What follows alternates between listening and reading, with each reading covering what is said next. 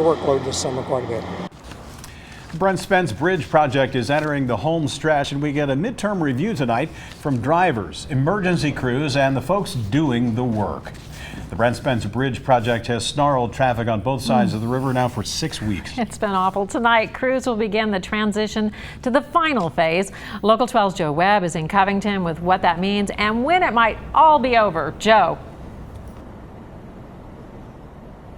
Well, Paula, there's no real good news for those of us who have to cross the river in a car several times every day. The project obviously has slowed things down in both directions, especially northbound through northern Kentucky.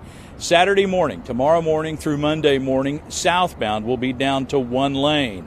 It will be a headache, but the pain means that this project is moving into its final phase, probably its last 3 weeks. A two-lane interstate bridge means backups at nearly all times. Just before 11 this morning, it only took a few minutes to get on southbound at 9th Street in Cincinnati. But just before noon, hardly a peak time, northbound drivers took 20 minutes or more to get from Kyle's Lane to the river. It's defined Merrill Mitchell's summer. He delivers for Cooper Wholesale in Cynthiana. His route takes him to Covington and Ludlow 2 days a week. It's changed things a lot once they started working on it. I had to refigure my route because I can no longer get on 71 and 75, and if I did that, I'd lose probably 2 or 3 hours a day. I was just trying to get around, so now I'm having to take the back roads, side streets, about any way I can figure out using the GPS, which I've never used before. The backups on 71, 75 are annoying and only disappear in the wee hours of the morning. But they are not the 20-mile backups emergency crews were told to expect. I think overall it's been a little bit easier. Yes, it's been not pleasant to deal with, but from what we heard and what we expected, it's been a lot better. Not good, but better. The good news is good weather has kept this project on track.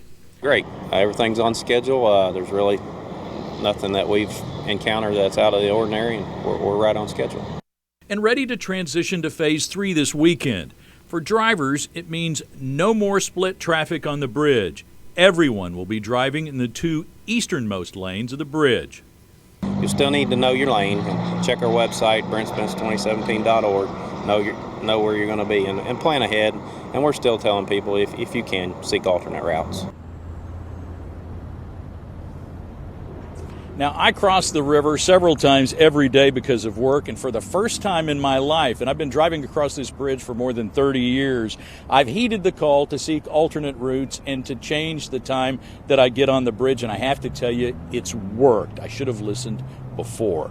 Now, Chief Offord, who appeared, the fire chief in Fort Mitchell, says the backups on 71, 75 through Fort Mitchell have been a lot less than expected, but they have been much worse on Interstate 275. He says they've worked a high number of accidents on 275, many of them involving tractor trailers. But Paula, the good news, if there is good, and there is good news, the project is on schedule and it's moving forward. Yeah, Reporting live in Covington, Joe Webb, Local 12 News. That is good. I'm one of those who rescheduled plans. If I could do it in the fall, I put it off. Joe, thank you.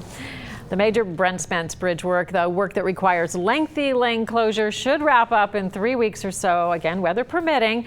And some work, though, will continue on the bridge until November.